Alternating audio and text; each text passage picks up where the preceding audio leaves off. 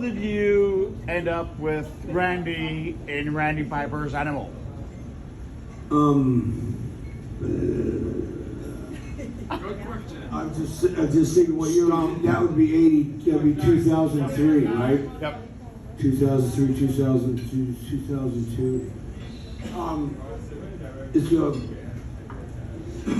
I met Rich and Randy after Randy had been fired from Lost. Rich lived in L.A. the singer with Byrne, the bass player in Randy's band, with this guy named Shredder.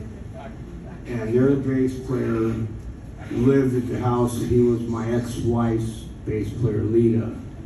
So I'd end up over at their house partying, and I'd always give Randy, the guys that played with Randy, I'd give them shit, Shredder. But I got a call to do is go out and play on his project with Animal, and I think they wanted Tony and I to re-record.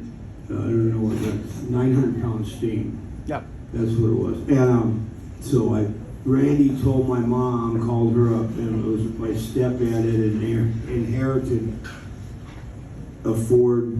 I forget what kind of van it was from somebody that passed away, and it was sitting in his garage, sitting at his house in Arizona. Just everybody's yard in Arizona where they live is a junkyard. It's out by Laughlin. Just sitting, there's a van sitting out there. Randy talked to my mom into loaning me the van, and my mom goes, "Randy called, he wants you to blah blah blah. Go out and play with, work on this record." I really wasn't doing shit. So I was like, yeah. So I drove all the way from LA in my car. I had the seat taken out, so I drove my guitars, my amps, and my Trans Am out to my mom's in Laughlin.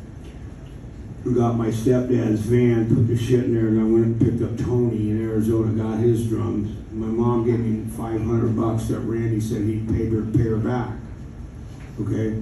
I go, yeah. And then, so anyway, she's like, the car has no gas gauge, it's broken. We want to know what the gas mileage is. Write down every time you buy where the gas gauge was, this and that. I was like, yeah. Anyway, I picked up Tony, and we head off to Cincinnati. It took us a day, and I fell asleep. And Tony forgot to write the mileage and the gas and this and that, so fucked up that first of all. We get out there, and we go to rehearse, and Tony just was having problems. I didn't realize he was still strung out on opiates, whatever. And we rehearsed a few times, and Tony was dope sick. He felt like he had the flu the whole time. And LA Guns called me up to play, do some shows. So I was like, I told the guys I could do the LA Guns thing, or else I could stay do this thing. And Tony was sick, and I made the decision to go, because if I went and did LA Guns, they're going to ask me what I'm doing. It could help promote 900 Pound Steam. There's a big hassle between Randy, Rich said go, the singer.